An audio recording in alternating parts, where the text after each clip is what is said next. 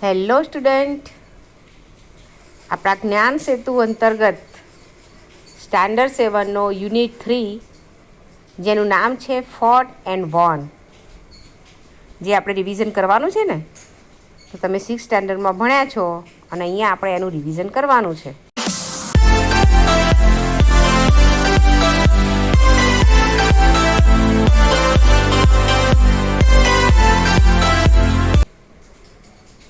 તો આ ત્રીજા યુનિટની ફર્સ્ટ એક્સરસાઇઝમાં તમે જુઓ કે રીડ એન્ડ રાઇટ. તમારે સેન્ટેન્સને વાંચવાનું છે અને સામે એનો આન્સર લખવાનું છે. એક્ઝામ્પલ તરીકે એક આપેલું છે અને એના આધારે તમારે બીજું જાતે ફિલઅપ કરવાનું છે. તો જોઈએ એક્ઝામ્પલ શું આપેલું છે. We wash our hands with it. આપણે હાથ શેનાથી ધોઈએ છીએ? તો સોપ. તો સોપનો સ્પેલિંગ લખ્યો છે જો SOAP. એ જ પ્રમાણે પહેલું જોઈએ કે papa keeps the money in it. Papa keeps the money in it. પપ્પા એમાં પૈસા મૂકે છે અથવા રાખે છે. તો ચલો સરસ સ્પેલિંગ શેમાં રાખે છે? એકચ્યુઅલી આમ તો પોકેટ કહી શકાય, પણ પોકેટનો સ્પેલિંગ થતો નથી, એ 6 લેટર થઈ જાય છે. અહીંયા તમારું 5 ખાના આપ્યા છે, તો આપણે પર્સ કરી દેવાનું. PURSE. પર્સમાં પૈસા મૂકે છે. થઈ ગયું ને? તો એક એક ખાનાની અંદર એક એક અક્ષર લખશો એટલે પર્સનો સ્પેલિંગ મળે છે PURSE. એ પ્રમાણે નંબર સેકન્ડ જુઓ. You see the time with it. તમે એમાં સમય જોવો છો, ટાઈમ જોવો છો. તો શું હોય? સમય જોઈએ છીએ આપણે સમયને ક્લોકમાં, તો અહીંયા આપણે ક્લોકનો સ્પેલિંગ લખવાનો છે. It sail on the sea. તે દરિયામાં તરે છે. તો સીપ શું હોય? એસ ઉપરથી સીપ. તો અહીંયા સીપનો સ્પેલિંગ લખવાનો છે. તે પ્રમાણે તમારે આ ફિલઅપ કરી દેવાનું છે. ઓકે, આગળ જોઈએ તો search the name of colour and write. હવે આ જે આપ્યું છે એ ખાનાની અંદર બધા લેટર આપેલા છે. આપણે એમાંથી કલર્સના નામ શોધવાના છે. કલર્સના નામ શોધીને તમે એના પર સર્કલ કરવાનું છે અને પછી દરેક જે મળે છે તમને કલર્સના નામ બાજુના ખાનામાં લખવાના છે. જેમ કે પહેલો જ આપણને દેખાય છે કલર યલો છે ને, YELLO. તો યલો કલર મળી ગયો છે, તો તમારા ખાનામાં યલોનો સ્પેલિંગ લખી દેવાનો છે. તો એ રીતે અલગ અલગ જોવાના છે કલર, એમાંથી શોધવાના છે તમારે, અને ત્યાં જેટલા કલર તમને મળે એટલા કલરના સ્પેલિંગ અહીંયા તમારે ખાનામાં લખી દેવાના છે. આગળ જોઈએ પેજ નંબર 21 પર. તો અહીંયા આપણી સ્ટોરી આપેલી છે બિરજુ ધ બ્રેવ, જે આપણે 6 સ્ટાન્ડર્ડમાં ભણી ગયા છીએ. તો જોઈએ આપણી story. Read the story. There was a small village in the mountain and the name of the village was Surajpur. There was a big forest all around Surajpur. People in Surajpur were happy. They worked hard and grew good crops. Surajpur નામના ગામની વાત છે કે જે ડુંગરોની વચ્ચે આવેલું છે. લોકો ત્યાં ખેતીવાડીનું કાર્ય કરે છે, સુખેથી રહે છે બધા. આખું જંગલની વચ્ચે આ ગામ આવેલું છે. Birju, a young man, also lived in Surajpur. He was tall and handsome. He was wealthy too. But he was not brave. He was afraid of even mouse. He never went out at night and the children teased him, Birju the coward. હવે આ ગામમાં એક બિરજુ નામનો છોકરો છે, જે ઊંચો handsome દેખાવડો છે, સરસ પૈસાદાર પણ છે, પણ એ બહાદુર નથી, કારણ કે એક સામાન્ય ઉંદરથી પણ એ ડરે છે. એ રાત્રે ક્યારેય ઘરની બહાર નીકળતો નથી અને ત્યાંથી ગામના નાના નાના છોકરાઓ પણ એને ખીજાવે છે. શું કહીને ખીજાવે છે? બિરજુ ધ કાવડ, એટલે કે ડરપોક બિરજુ, ડરપોક બિરજુ એમ કરીને ખીજાવે છે. હવે આગળ જુઓ એકવાર શું બને છે. Once the village sarpanch received a note from the dacoit. અને ડેકોઇટની તરફથી એક સરપંચને એક નોટ મળે છે, એક ચિઠ્ઠી મળે છે, અને એમાં લખ્યું હોય છે કે we are coming to your village tonight, keep all your money and ornaments ready. The sarpanch called the villagers and he showed them the note. Some villagers wanted to attack the dacoit and some others said, we shall trap them. હવે સરપંચને જ્યારે આ ચિઠ્ઠી મળે છે એટલે ગામ લોકોને બોલાવે છે, કારણ કે ચિઠ્ઠીમાં શું લખ્યું હોય છે? ડાકુએ આવવાના હોય છે. ડાકુએ લખ્યું હોય છે કે ભાઈ અમે રાત્રે આવીશું, તમારા પૈસા અને ઘરેણાં તૈયાર રાખજો. તો સરપંચ પહેલાં તો ગભરાઈ જાય છે અને ગામવાળામાં બોલાવે છે કે ભાઈ આપણને આવી ચિઠ્ઠી મળી છે, શું કરશું? તો અલગ અલગ લોકો અલગ અલગ સજેશન આપે છે કે આપણે એમને ટ્રેપ કરી દઈએ ને એમને પકડી દઈએ ને એના પર એટેક કરીએ. એટલામાં એમાં બિરજુ પણ હાજર હોય છે. Birju was also there. He stood up and told the sarpanch, sir, don't worry about the dacoit. I will teach them a lesson. Sir, તમે ચિંતા ના કરો સરપંચ સાહેબ, હું એમને પાઠ ભણાવીશ. કોણ બોલે છે આવું? બિરજુ બોલે છે. જો ચિત્રમાં છે ને, હવે કયું ચિત્ર છે, આ શું બતાવવા માગે છે આપણે સ્ટોરીમાં આગળ જોઈ લે, ખ્યાલ આવશે તમને. The villagers laughed. લોકો હસ્યા. બિરજુ આ બોલ્યો એટલે લોકો હસે છે. કેમ? કારણ કે બિરજુ કેવો હોય છે? ડરપોક હોય છે, છતાંય આવું બોલે છે એટલે લોકોને હસવું આવે છે. The sarpanch said, what? You will teach them a lesson. Birju, you are afraid of even a small mouse. How will you teach them a lesson? Birju replied, give me 10 strong young men. I have a plan. મારી જોડે plan છે. મને ખાલી 10 મજબૂત માણસો આપો, એવા strong, કારણ કે મારી જોડે પ્લાન છે એમને પકડવાનો. The sarpanch agree. He asked 10 strong young men to go with him. And after sunset, Birju and his friend gathered at the village gate. They carried a bundle of wire and stick. They tied the wire to the trees across the road, and then they hid himself behind the tree. હજુ શું કરે છે બિરજુ અને જે પેલા 10 માણસો આપ્યા હોય છે સરપંચ જે સ્ટ્રોંગ, એ બધા રાત પડે એ પહેલાં, થોડું અંધારું થાય છે પહેલાં તો ત્યાં પહોંચી જાય છે વિલેજના ગેટ આગળ. અને જે સાથે લઈ ગયા હોય છે બંડલ ઓફ વાયર ને સ્ટીક, તો વાયર છે ને સામેના ઝાડથી રોડને એક્રોસ થાય રીતે બાંધી દે છે નીચે, અને પોતે ઝાડની પાછળ સ્ટીક લઈને સંતાઈ જાય છે. હવે શું બને છે આગળ? It was a dark. They did not see anyone for a long time. Late at night, the dacoit came on horseback. They did not see the wire in the dark, and one by one they fell down. Birju and his friend came out, and they caught the dacoit and tied them to the trees. હવે શું થાય છે? રાત અંધારું થઈ જાય છે એટલે પેલા વાયર તો દેખાય નહીં, અને જેવા ડેકોઇટ આવે છે બધા, એટલે વન બાય વન પેલા હોર્સના પગમાં વાયર ભળાય એટલે આમ હોર્સ પડી જાય, દરેક ડેકોઇટ પડી જાય છે, દરેક ડાકુ નીચે પડી જાય છે. એટલે જેવો નીચે પડે એટલે બિરજુ અને મિત્રો બહાર નીકળીને એમને એના એ ઝાડ સાથે બાંધી દે છે. આ રીતે દરેક ડાકુ પકડાઈ જાય છે. Next day the sarpanch cold the police and the police arrest the dacoits. The sarpanch and the villagers congratulated Birju and his friend. Now Birju was not Birju the coward, he was Birju the brave. હવે બિરજુ કાવડ નથી રહ્યો, કેવો બની ગયો? ગામમાં બધા શું કહેવા માંડ્યા એને? બિરજુ ધ બ્રેવ, કારણ કે એના આઈડિયાથી બધા ડાકુઓ પકડાઈ ગયા છે. પોલીસ બધા જે આવે છે અને બધા ડાકુઓને એરેસ્ટ કરે છે. ઓકે, જોઈ લીધી તમે સ્ટોરી? હવે એના આધારે એક્સરસાઇઝ છે કે નીચે આપેલા શબ્દો જેનું વર્ણન કરતા હોય તે વ્યક્તિ કે સ્થળના ખાનામાં લખો. હવે ઉપર બધા આપ્યા છે વર્ડ્સ, એડજેક્ટિવ છે, બધા વિશેષણો. આવા વિશેષણો કોના માટે વપરાય છે? બિરજુ માટે હોય તો બિરજુના ખાનામાં લખવાના છે, સૂરજપુર માટે હોય તો સૂરજપુરના ખાનામાં. ઓકે, જેમ કે યંગ શબ્દ આપેલો છે, યંગ કોના માટે હોય? ઓફકોર્સ બિરજુ માટે, કારણ કે સૂરજપુર માટે તો સૂરજપુરને યંગ કહેવાય નહીં, તો આપણે યંગ કોના ખાનામાં લખશું? બિરજુના ખાનામાં. એ પછી સ્મોલ વિલેજ તો એ સૂરજપુરના.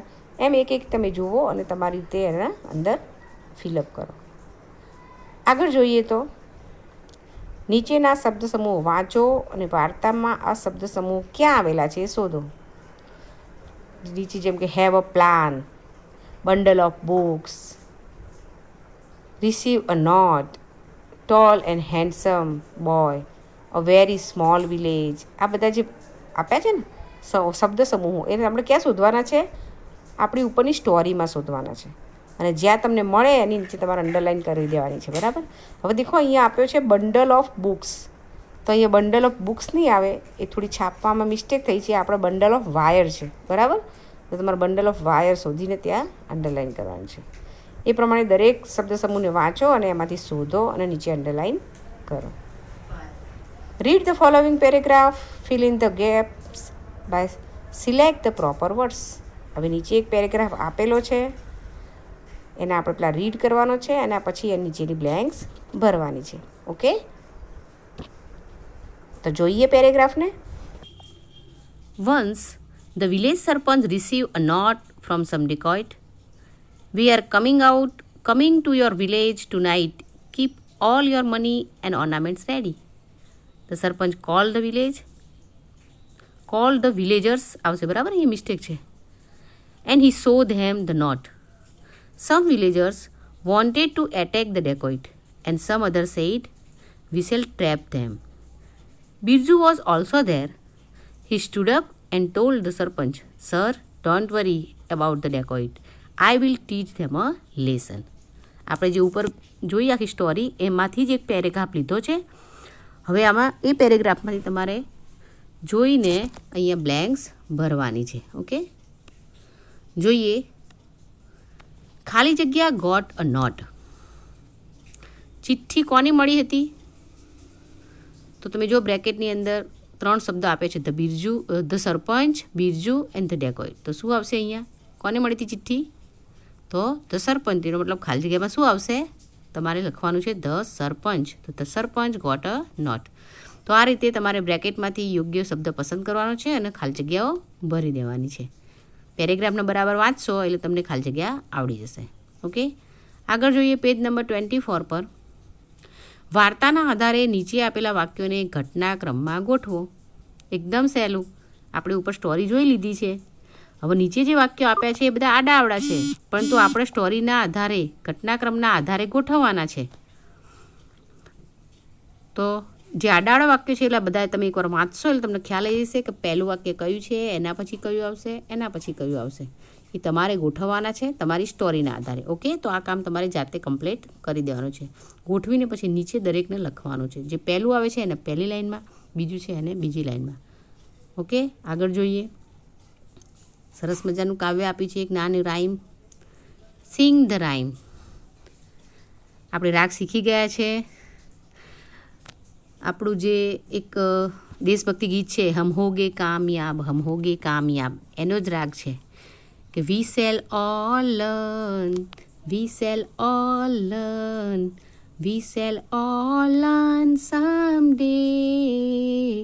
Oh, deep in my heart, I do believe that we shall all learn someday.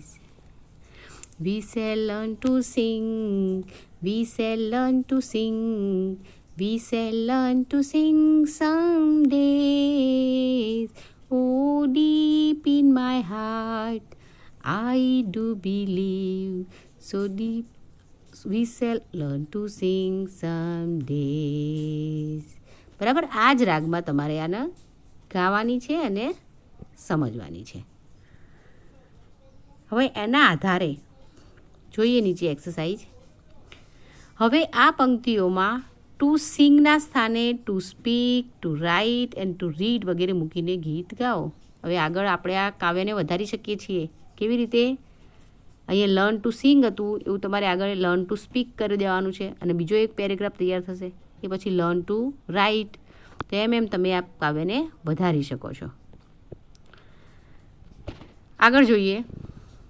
Match the action words given in column A with their past form in column B. Then write them in C. હવે જો A column, B column અને C 3 column આપેલી છે.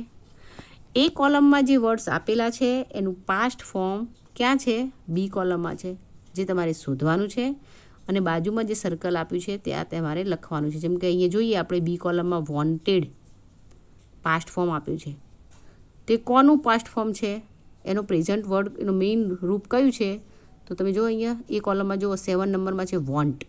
તો વોન્ટનું ભૂતકાળ શું થાય છે? વોન્ટેડ. તો એ વોન્ટેડ આપેલું છે તો તમારે સામેના સર્કલમાં શું લખવાનું છે? 7 કરી દેવાનો. એટલે ખ્યાલ આવી જાય. વોન્ટેડનું પ્રેઝન્ટ ફોર્મ ક્યાં છે? 7 નંબરમાં છે. તમારે અહીંયા 7 લખી દેવાનો છે. ઓકે, એ રીતે અહીંયા સેકન્ડમાં હીડ લખ્યું છે પાસ્ટ ફોર્મ. તો એનું મેઇન રૂપ ક્યાં છે? તો હાઈડ. 8 નંબરમાં આપ્યું છે તો તમારે આ સર્કલમાં હીડની જોડે 8 લખી દેવાનું છે. તે પ્રમાણે તમારે જવાબ અહીંયા લખવાના છે અને પછી દરેક પ્રેઝન્ટ ફોર્મ અને પાસ્ટ ફોર્મને અહીંયા સાથે ગોઠવીને તમારે C કોલમમાં લખી દેવાના છે. બરાબર. આગળ જોઈએ. Read the paragraph and answer the question. એક નાનો પેરેગ્રાફ ફરી આવી ગયો છે, એને બરાબર રીડ કરવાનો છે અને નીચેના પ્રશ્નના જવાબ તમારે લખવાના છે. Raj and Riya studied together in the school. Raj played cricket and Riya was interested in basketball. They both enjoyed playing their favorite games. But both of them had one common choice of fruit, and they liked mangoes. Both ate mangoes from the farm of mango tree, and they were very happy. તો જોયો ને paragraph. હવે આ પેરેગ્રાફના આધારે તમારે નીચે જે question આપેલા છે એનો આન્સર ભરવાના છે. જેમ કે ફર્સ્ટ ક્વેશ્ચન છે, what was the name of the boy. What was the name of the boy. પેરેગ્રાફમાં જે બોયની વાત થઈ છે એનું નામ શું છે? તો શું છે? રાજ. તો આપણો આન્સર તમારે ત્યાં ભરવાનો છે કે the name of the boy was Raj. Okay, ખ્યાલ આવ્યો ને? તો એ રીતે તમારે આ જેટલા ક્વેશ્ચન આપેલા છે, 5 ક્વેશ્ચન આપેલા છે, 6, તો બધાના આન્સર તમને ઉપરનો પેરેગ્રાફમાંથી કમ્પ્લીટ મળી જશે. ઓકે, તો એ રીતે તમારે અહીંયા ફિલઅપ કરવાના છે. આગળ જોઈએ તો following is the description of Raju's birthday party. Fill in the blanks and complete the paragraph. રાજુની બર્થડે પાર્ટી વિશે એક પેરેગ્રાફ આપેલો છે જે લાસ્ટ સન્ડે થઈ ગઈ છે. એનો મતલબ આગળ બની ગઈ છે, બિફોર બની ગઈ છે, એટલે મતલબ એ ભૂતકાળ છે. તો આખો પેરેગ્રાફ આપણો કેવો છે? ભૂતકાળનો છે. બરાબર. તો તમે આ પેરેગ્રાફની અંદર જે વચ્ચે બ્લેન્ક્સ આપી છે એ ફિલઅપ કરો. એટલે ધ્યાન રાખવાનું છે કે ત્યાં પાસ્ટનો શબ્દ મૂકવાનો છે, પ્રેઝન્ટનો મૂકવાનો નથી. જેમ કે જોઈએ તો આપણે લાસ્ટ સન્ડે આઈ ખાલી જગ્યા એટ રાજુઝ હોમ. તો આઈ એમ નહીં આવે, પણ શું કરવું પડશે? આઈ વોઝ કરવું પડશે કે ગયા સન્ડે હું રાજુના ઘરે હતો. બરાબર. તો અહીંયા પાસ્ટના ફોર્મ ધ્યાનમાં રાખીને ભરશો તો તમારો આખો પેરેગ્રાફ રેડી થઈ જશે. ઓકે, આગળ જોઈએ તો રીરાઇટ ધ અબાઉ પેરેગ્રાફ. હવે જેવો તમારો પેરેગ્રાફ બ્લેન્ક્સ ભરીને તૈયાર થઈ જાય એટલે પછી તમારો કમ્પ્લીટ સારા અક્ષરે તમારે અહીંયા પેરેગ્રાફને રીરાઇટ એટલે કે ફરીથી લખવાનો છે. ખ્યાલ આવી ગયો બધાને? નેક્સ્ટ જોઈએ તો sing and enjoy. A funny town. A funny town, જો મસ્ત મજાની એક નાની રાઈમ આવી છે પાછી, જેનું નામ છે ફની ટાઉન. એક ટાઉનની વાત છે, પણ ટાઉન કેવું છે? Funny. I live in a funny town where everything was upside down. The birds walked and the humans flew. Where the trees were totally blue.